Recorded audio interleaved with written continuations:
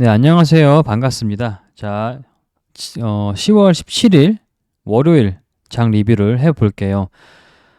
저번 주 금요일에는 제가 좀 바빠서 영상을 올리지 못했는데요.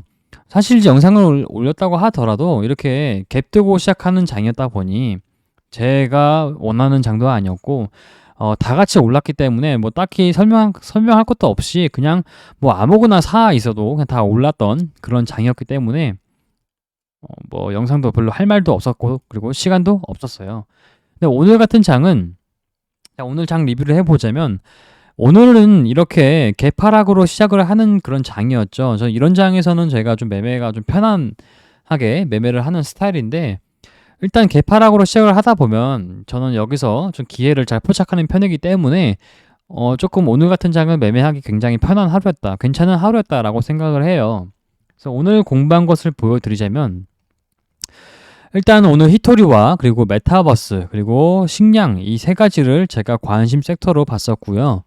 히토리를 본 이유는 이렇게 주말 동안 시진핑의 뉴스가 있었죠. 대만을 무력 통일하겠다라는 그런 의지가 내포되어 있는 그런 소식이 나와주면서 보통 대만과 관련된 이슈가 나오게 되면 미국하고 중국하고 무역 갈등할 때 나왔던 갈등 그때 움직였던 친구들 히토류 관련주들이 이렇게 올라가주는 경향이 있어요. 왜냐하면 미국이 최근에 발표했던 게 대만 군사 개입한다는 뭐 이런 뉴스가 나왔기 때문에 중국이 대만을 걷는다는 것은 곧 미국과의 마찰을 의미하는 것이기 때문에 이런 것들은 보통 대만 이슈에 잘 가주는 그런 친구였기 때문에 저는 히토리를 봤었고요.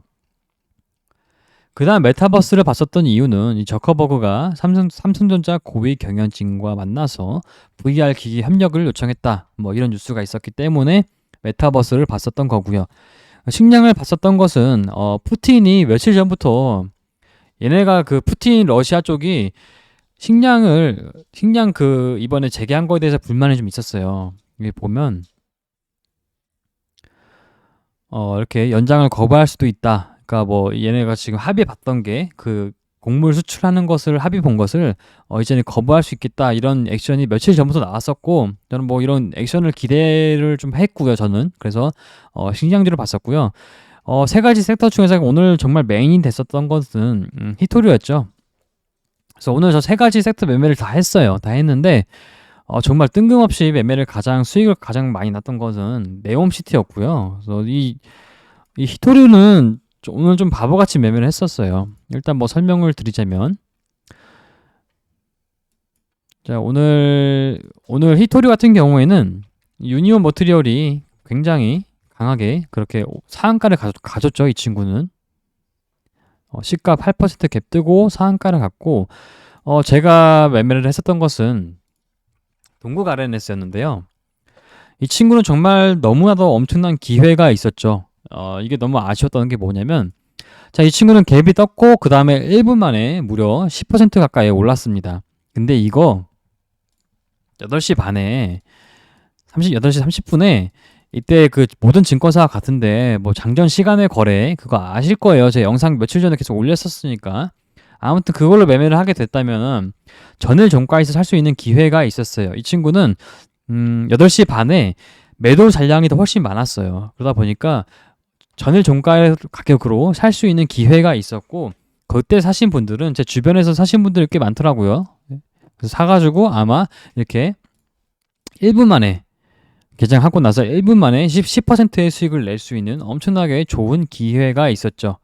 이건 정말 거저먹을 수 있는 그런 기회였죠. 공부를 하신 분들이라면. 저는 딴 걸 보느라 이거를 매매를 못했고요. 그 시간 외에서 못 샀고요. 그래서 저는 좀 고점에서 매매를 했는데 좀 바보같이 매매했었어요. 이때 한 5천만 원 매수했고요. 제가 판단하는 그런 기준에서 바로 가주지 않길래 여기서 바로 그냥 손절했습니다. 1% 정도 손절했고요. 얼마 하지 않았어요. 한 50에서 80 정도 매수 손절을 했던 것 같아요. 이렇게 해서 손절했고, 그 다음 매매를 했던 것은 네이버였어요. 네이버 같은 경우에는 제가 이때 이제 계산을 해보면 아마 1억 2천 정도 매수를 했을 거예요. 1억 2천 매수하고 이때 다 팔아가지고 약 150 정도 수익을 냈었는데, 자, 이거는 뭐 매수한 이유는 좀 뻔했죠. 왜냐면 주말 동안 카카오가 엄청나게 이슈가 있었잖아요. 되게 시끄러웠잖아, 전 국민이. 그러다 보니까 저는 반사익주로 봤었는데, 사실 이제 카카오 먹통 사건에서 반사이익으로 굉장히 자주 크게 올라간 종목들이 많이 있어요. 중소형 그런 관련주 중에서. 근데 저는 그런 것들은 매매를 하지 않았어요. 왜냐하면 애초에 관심 섹터에 넣지도 않았고요. 너무나도 많은 사람들이 보고 있기도 했고, 그리고 호가도 대부분 다 얇았고, 그러다 보니까 갭도 좀 많이 떴고, 제 기준에서는 조금 가성비가 좋지 않다라고 판단을 했었어요. 그래서 네이버를 매매를 했는데, 제가 이 48로 끝나는 계좌가 시드가 1억 1000 정도밖에 없어요. 시드가 그렇게 크지 않기 때문에 여기서 1억 2천 사고 나니까 그 다음 매수한 게 이제 한미글로벌이었는데요. 한미글로벌 네옴시티 관련주죠. 이건 종가에 한번 사봤는데, 이건 종가에 산 거고요. 그리고 이거 같은 경우에는 이제 이때 되게 많이 살려고 했었거든요. 근데 많이 못 샀어요. 그래서 2,500만 원밖에 사지 못했고, 이거와 그다음 이게 여기서 시드가 부족해서 일단 이거 하고 그다음 유신이라는 종목도 같이 네옴시티 관련주죠. 이것도 끝에는 그냥 단주한 거고요. 여기서 제가 한 6천만 원 정도 매수했었을 거예요. 6천만 원 정도 매수했고 여기서 매도했고 그다음 다른 계좌에서 시드가 좀 남는 게 있어가지고 48로 끝나는 계좌가 아니라 여기서도 매수를 더 빨리 했죠. 여기서 이제 시드가 부족하다 뜨길래 여기서 다른 계좌에서 매수를 해서 여기서 팔았고 이거는 딱 이것만 매수했던 것 같아요. 여기서 2,500. 그러니까 총 한미글로벌 이 종목은 5천만 원 매수했고 유신은 6천만 원 매수했고 그래서 네옴시티 관련주에서만 도합 1억 1천 정도 매수했던 거죠. 그래서 한미글로벌에서는 여기서 180 정도 수익이 났고 그 다음에 제 본 계좌에서 샀을 때는 여기서는 140 정도 수익이 났고 그 다음 유신에서는 제가 한번 볼게요. 유신 같은 경우에는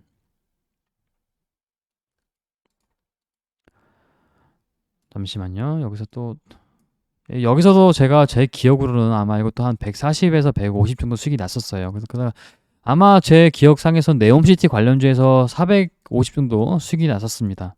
그러니까 여기서 매매를 이렇게 수익이 났고 그 다음에 네이버에서 한 150 정도 났으니까 한 600 정도 수익이 났었던 그런 하루였어요. 동국 RNS 같은 경우에는 이제 한 50 정도 손절했었으니까 대략 한 오늘 수익 같은 경우에는 600 정도 났었고 그 다음에 뭐 수익이 중요한 게 아니라 제가 이거 왜 샀는지 이걸 말씀드려야겠죠. 이걸 샀던 이유는 자 한미글로벌 같은 경우에는 이거 리포트에도 나오겠지만 이거는 이슈가 있었어요. 그 사우디의 빈살만 왕세자가 한국에 원래 오기로 했었는데 오지 않기로 했었어요. 그러니까 이 친구가 이 관련주 같은 경우에는 한미글로벌이 대장이었죠. 그러다 보니까 이런 소식이 있다 보니 아침에 마이너스 17%로 엄청나게 개파락을 하는 그런 상황이 나왔어요. 이 친구뿐만 아니라 유신도 마찬가지였고 전부 다 네옴시티 관련주들은 다 이렇게 개파락이 좀 크게 나왔습니다. 근데 여기 내용 기사를 잘 읽어보면 이게 그 왕세자의 방안이 불발되었다 하더라도 정상회담, 그러니까 다음 달에 있을 G20 정상회담에서 충분히 회동할 수 있을 것으로 예상이 된다. 이런 이슈가 있다 보니 이게 사실 이렇게 떨어졌다는 거는 제가 판단했었을 때는 좀 과하게 떨어진 거 아닌가라고 생각을 했었어요. 왜냐하면 이 네옴시티라는 테마가 아예 소멸된 게 아니고 단지 빈살만 왕세자가 오지 않는다 이런 이슈가 있었을 뿐이지 사실 네옴시티는 계속 건설되는 거거든요. 그러다 보니까 이렇게 떨어졌다는 것은 조금 과매도가 아닌가라고 생각을 해서 이때쯤 매수했던 거예요. 그렇게 해서 좀 기회를 잡을 수 있었던 그런 종목이었고 그다음 마지막에 이러고 말고는 매매를 거의 안 하다가 마지막에 KG 케미칼이라는 종목을 매매를 했었는데 이거는 제가 많이는 못 샀어요. 이 친구 같은 경우에는 2천만 원 정도밖에 사지 못했는데 호가가 그렇게 두껍지 않았고요. 일단 차트로 봤을 때는 워낙에 바닥이었고 부담이 없다라고 생각을 했었어요. 그러다 보니까 이쯤에서 조금씩 사면서 한 2천만 원 정도 매수를 했고 이걸 매수했었던 근거는 뭐냐면 네이버에 검색하면 나올 겁니다. 여기다 요소수 관련, 이 친구는 이제 요소수 관련주죠. 우리 작년에 한때 그 요소수 대란이 있었을 때 이 친구가 좀 많이 잘 움직여졌었거든요. 독일에 이런 뉴스가 있었어요. 그러니까 요소수가 대란이다. 그리고 뭐 독일 최대 요소수 공급업체가 생산을 중단했다. 그러니까 사실 이게 독일 쪽이다 보니 조금 와닿지가 않아서 많이도 안 샀고, 저 시간 외에서 상한가를 갔더라고요. 저는 그래서 이거를 팔까 하다가, 팔아야지 하다가 뭐 잠깐 그 제가 일 처리할 게 있어가지고 그 일 처리하다가 시간 외에서 매도를 한 거 까먹었어요. 그러다 보니까 이게 시간의 상한가에서 좀 많이 내려왔는데, 뭐 이것도 팔았으면은 그 괜찮게 오늘 하루 좀 마감할 수 있었겠죠. 자, 오늘은 정말 뭐 딱히 어려울 게 없는 장이었던 것 같아요. 왜냐하면 지수도 이렇게 빠졌다가 다시 이렇게 엄청 많이 올랐다 보니까, 사실 이 친구는 이거는 마이너스 1.5%에서 플러스 0.5로 끝났다는 것은 사실 지수가 2% 올랐던 거랑 마찬가지거든요. 코스닥 같은 경우에는 웬만한 종목들은 다 그 수익을 줬을 겁니다. 근데 테마주로서는 저 같은 경우에는 이제 이게 히토류 관련주를 수익을 못 챙긴 게 좀 너무 아쉬웠다고 생각을 해요. 뭐 결국 뭐 중요한 것은 공부하면은 충분히 먹을 게 많았던 그런 장이었다. 식량 같은 경우에는 제가 매매를 했는데 이것도 그냥 본전쯤에 나왔습니다. 이거는 뭐 타점을 보여드리자면 너무 지저분해가지고 거의 그냥 시초 부분에 이렇게 샀다가 5천만 원 정도 매수했다가 이점에 다시 팔고 분할 매도하고 해서 이렇게 해서 한 1,000만 원 정도만 들고 있어요. 그래서 이런 거는 뭐 부담이 없으니까 했던 거고, 메타버스 같은 경우에는 제가 이것도 조금 억울한데, 이거는 이제 시초 부분에서 이렇게 찔끔찔끔 사고 있다가요. 이때 뭐 호가가 그렇게 두껍지 않았으니까 되게 막 찔끔찔끔 사고 있었어요. 그러다가 뭐야 안 가나 보다 하다가 이제 여기 다 팔았죠. 이것도 거의 본전에 팔았거든요. 근데 오후에 갑자기 뉴스가 나와주면서 이제 코세스를 필두로 그 이제 코세스가 엄청 많이 강하게 가더라고요. 이 친구가 이때 거의 상한가를 갔다 왔어요. 이것도 제가 공부한 거 리포트에 보면 이것도 되게 보통 삼성전자와 직접적으로 움직이는 그런 친구거든요. 코세스와 선익 시스템 이 두 가지가. 근데 이 친구는 보시면 아시겠지만 거래가 없었어요. 이게 지금 보면은 여기 지금 1분 동안 뭐 48주 몇만 원밖에 거래 안 되다가 이제 오후에 시장에 공포감이 없다 보니 기자분들이 이제 막 뉴스를 많이 쓰시더라고요. 막 그런 거 있잖아요. 막 특징주, 막 이런 뉴스. 그러니까 이런 거 막 쓰면은 이제 오후에 막 갑자기 막 급등하는 경우가 되게 많았거든요. 그러니까 이런 뉴스가 나왔으면 다 급등했었어요. 오후에는. 그러다 보니까 이 친구는 그런 뉴스가 나와주면서 이때 엄청나게 급등을 하면서 상한가를 갔다 온 그런 친구였죠. 이 친구도 선익 시스템도 제가 메타버스 이제 가겠다 싶어서 매수를 했다가 안 가나 보다 매도니까 나중에 가는.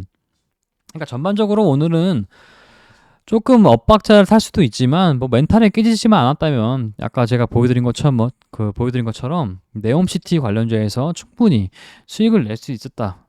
뭐 이런 걸 말씀드리고 싶어요. 그러니까 보통 내가 팔고 가는 것들에 대해서 사람들이 많이 흔들려 합니다. 그런 거는 흔들려 할 필요가 없어요. 어차피 다른 내가 실력만 있으면은 다른 쪽에서 충분히 기회를 포착할 수 있고요. 그쪽에서 수익을 내면 되거든요. 저 같은 경우는 아침에 히토류 오히려 되게 관심 있게 봤던 그런 섹터였음에도 불구하고 오히려 손실을 봤죠. 근데 저는 뭐 보내주고 그래 가라 하고 유니온 머터리얼도 그냥 가는 거 보고 뭐 네옴시티에서 충분히 수익을 냈었죠. 이런 거 보면은 항상 우리 뭐 가는 거 보고 내가 팔고 가는 거 보고 조급해할 필요가 없거든요. 사실 우리가 트레이딩하면서 실패하는 원인은 이 조급증인 거 딱 하나거든요. 이것만 없어도 시야가 넓어지고 굉장히 많은 곳에서 기회를 포착할 수 있을 겁니다. 자, 오늘 영상은 이렇게 올리고요. 오늘 하루도 모두 고생 많으셨어요.